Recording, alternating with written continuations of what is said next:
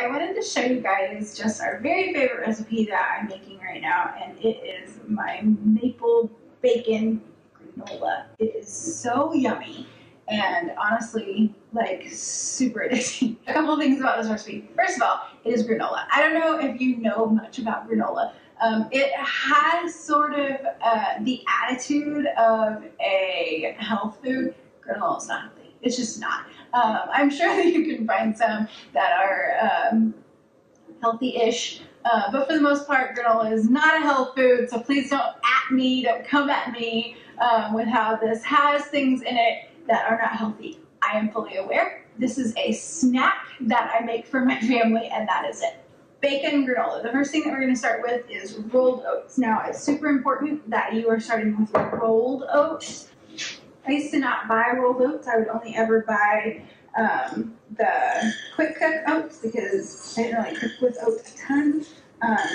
But the more I get into scratch cooking, especially scratch cooking with different kinds of grains, I really love having rolled oats on hand. So we're going to start with that. And then we're going to add in 1/4 cup of chopped pecans.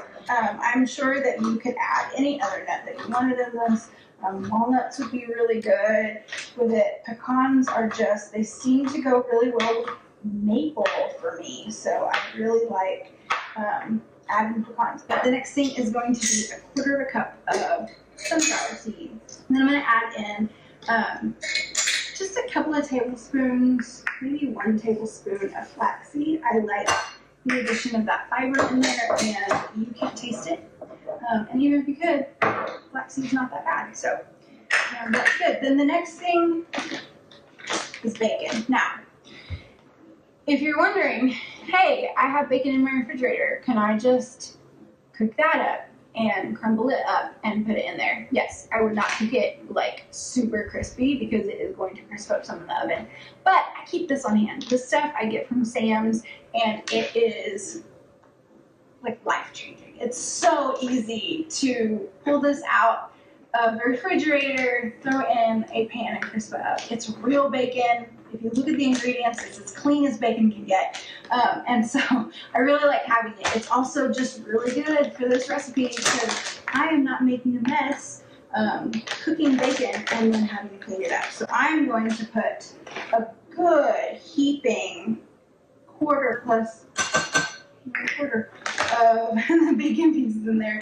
Let's face it, it's bacon granola, so you want to taste that bacon. The next thing that you want to add is a salt, 1/4 teaspoon. If you want to get very specific with it, that's going to be about a 2-finger pinch, maybe a 3-finger pinch for me. So that's all that's going to go in the dry ingredients, and we're just going to mix this together. Now, in a separate pan, you are going to get butter, and don't hate on me for this, but bacon grease. Now, if you were from the South, I'm sure you already have this in your kitchen. If you're not, this is simply just the grease that is rendered off whenever you cook bacon that's left in the pan. Whenever it cools, I scoop it out and I put it in a jar, and I just keep it in my pantry. So I actually like to do half bacon grease and half butter. So I already have some melted butter and bacon grease. I measured it out, and it ended up being 1/3 cup altogether.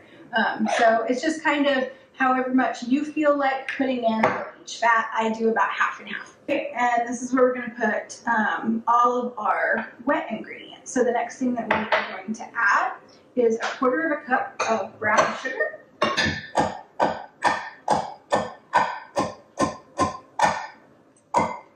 And then we are going to add our maple syrup. So we want about 1/4 cup of that as well. Now, with granola, things are pretty forgiving.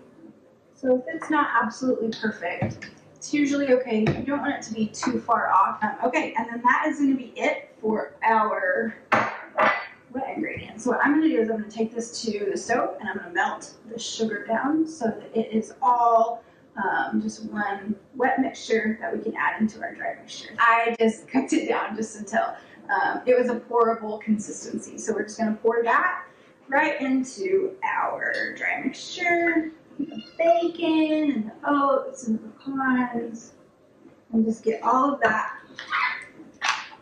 mixed up together. You want to make sure and get all of that stuff coated with that fat and with that maple syrup. You want to get that flavor all over everything, but also that is going to be what makes it crunchy and delicious. And especially you want to get that bacon pieces coated, because who doesn't love a good piece of maple bacon, right?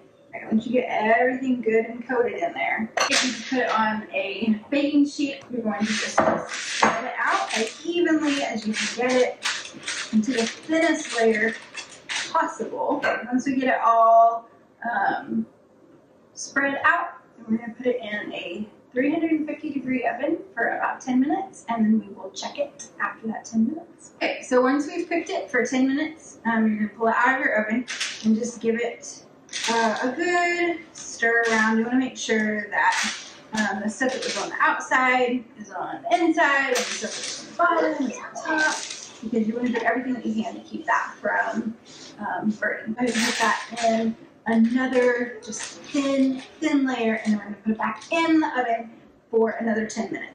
All right, guys, that's it. That's maple bacon granola. If you guys have any questions or want to see any more recipes that I make for my family, let me know. Otherwise, if you guys make this, I want to know what you guys thought of it.